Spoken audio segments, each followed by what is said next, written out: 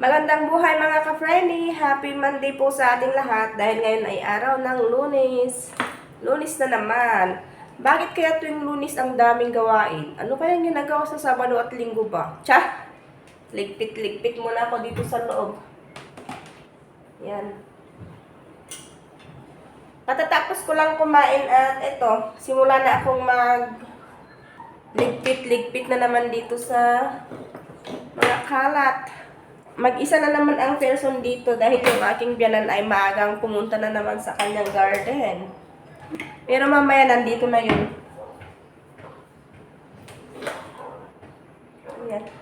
So ayun guys, maya ulit, balikan ko kayo. Hello mga ka-Frenny. Ako kasi rin na naman ang person. Welcome to my lababo.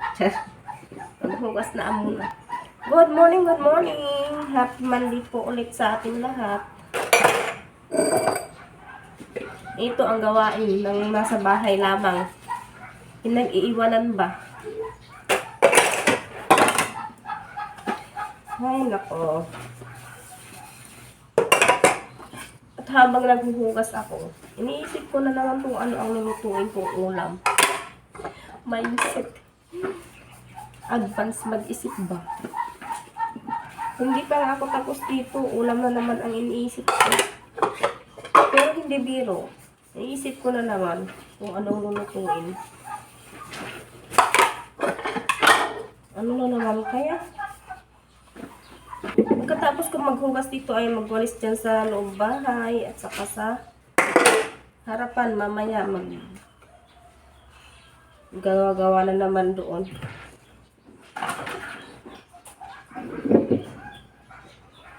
Habang maaga pa at carry pa ang init ng araw.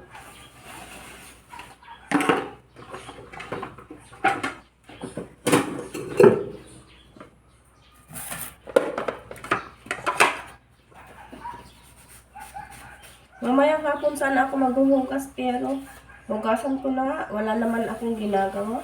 Saka maaga pa. Pinagkainan namin kagabi. Kanina.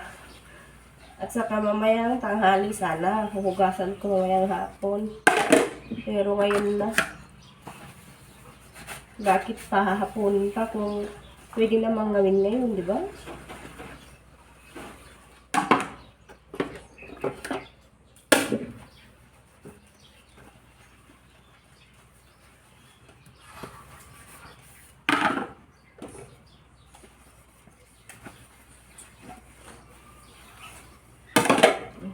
Sige guys, maya ulit balikan ko kayo at tapusin ko muna itong paghuhugas ko. Hello, ka-Frenny! Katatapos ko lang maghugas, mag-refill muna ako ng tubig. Magwawalis sana ako pero naalala ko itong mga hinugasan kong mga plastic bottle ba. Dito kami naglalagay ng tubig na nilalagay sa ref. Hindi pwedeng hindi ka uminom ng malamig na tubig na yun. Pero yung saktong lamig lang ha, hindi yung grabe yung lamig. Yung iinom ka ng isang basong tubig at grabe mararamdaman mo na yung talagang uminom ka ng tubig kasi medyo malamig, ganun. Kapag dito lang kasi kukuha ng inuming tubig, medyo mainit, which is maganda yun sa panahon ngayon. Pero nakasanaan na kasi uminom ng medyo may kagatwa ng lamig sa tubig. Pero hindi yung as in malamig na malamig ha.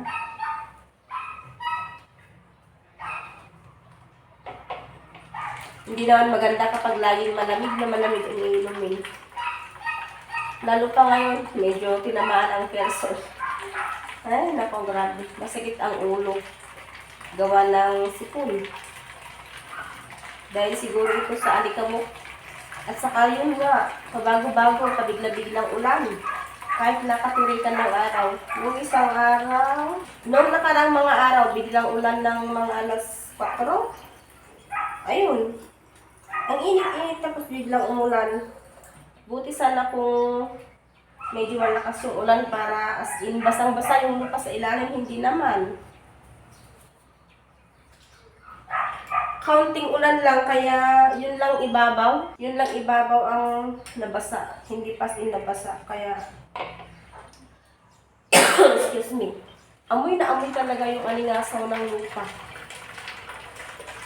Yun siguro isang dahilan kaya ako medyo sinipon. Hindi ba iwasan gumagawa kami dyan sa harap, biglang umulan. Lalagay ko lang to doon sa baba lang, hindi doon sa freezer. Mamaya ilalabas ulit. Makaramdam lang man ng kaunting lamig itong tubig.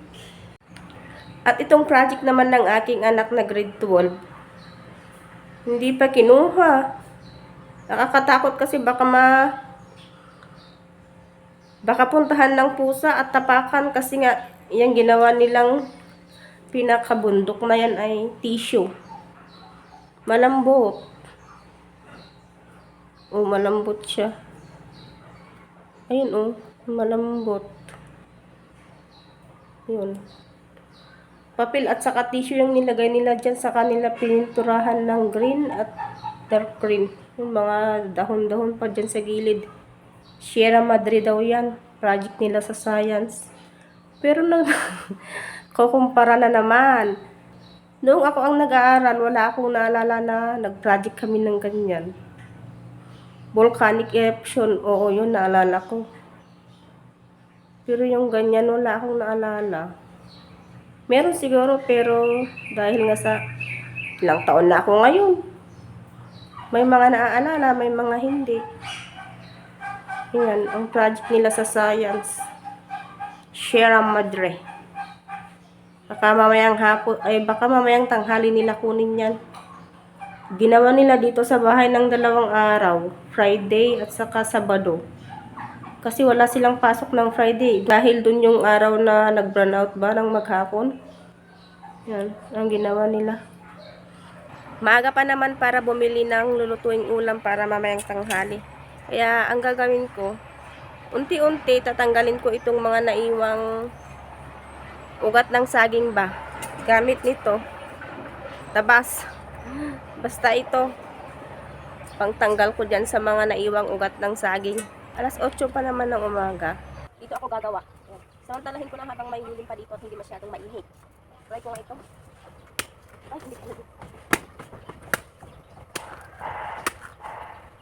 Ay, mancha na ito.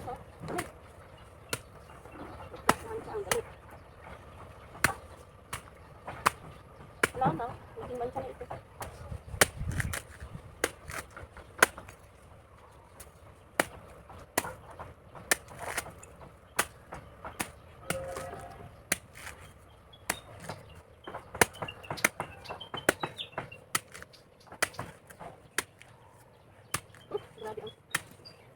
Sinabawang Gigi na naman ang ulam namin ngayon.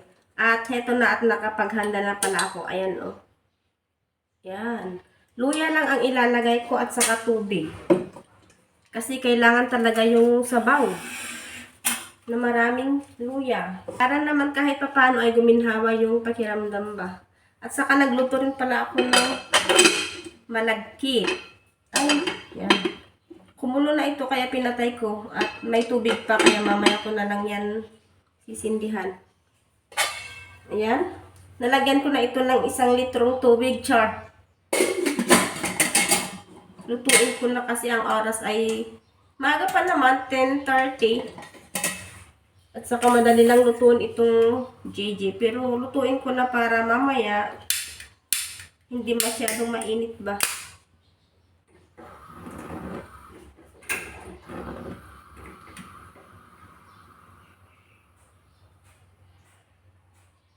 Yan. Alanay lang yung apoy niya. Mamaya itong niluto kong malagkit kapag nainin na, lalagyan ko ng asukal at nakalimutan kong ilagay itong kokomama. Kaya ilagay ko na habang may tubig pa. O, diba? Ihalo-halo ko na lang. Dapat sana kanina pa. Sinabay ko sa tubig. Yan, may tubig pa naman kaya ayos lang po. Kaunti lang itong niluto kong malagkit kaya hindi ko ito na ilalagay lahat para hindi masyadong magapa. Yung katamtaman lang ba?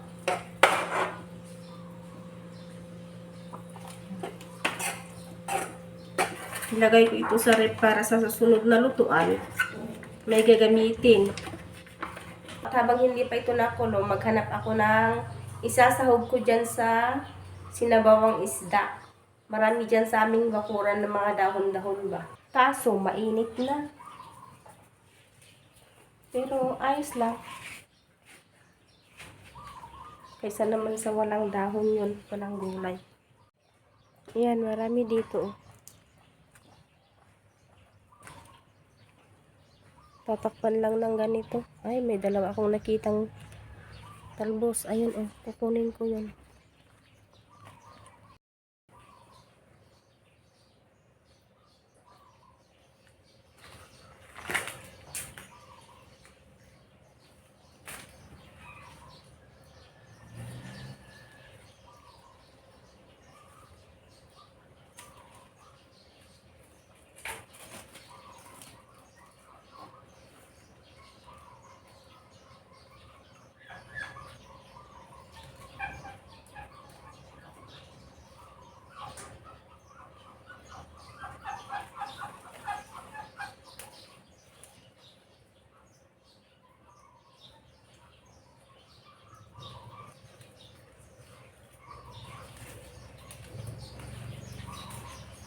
Hanap pa ako ng kasama nito. Ayun pa talbos ng kamuti.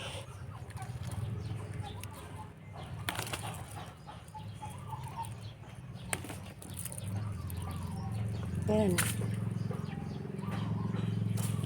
Unang talbos simula nung bagong tanim ang mga yan. Kasi nga nung tawag dun, nagpatambak kami dito at natanggal lahat yung mga tanim dyan at ito yung mga bagong talbos. Kaya itong tanim naming mga gabi, hindi pa pwede kasi bago pa ang mga yan at ang lalago, ang tataba.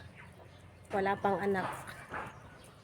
Ayan, kukuha ako ng dahon ng malunggay.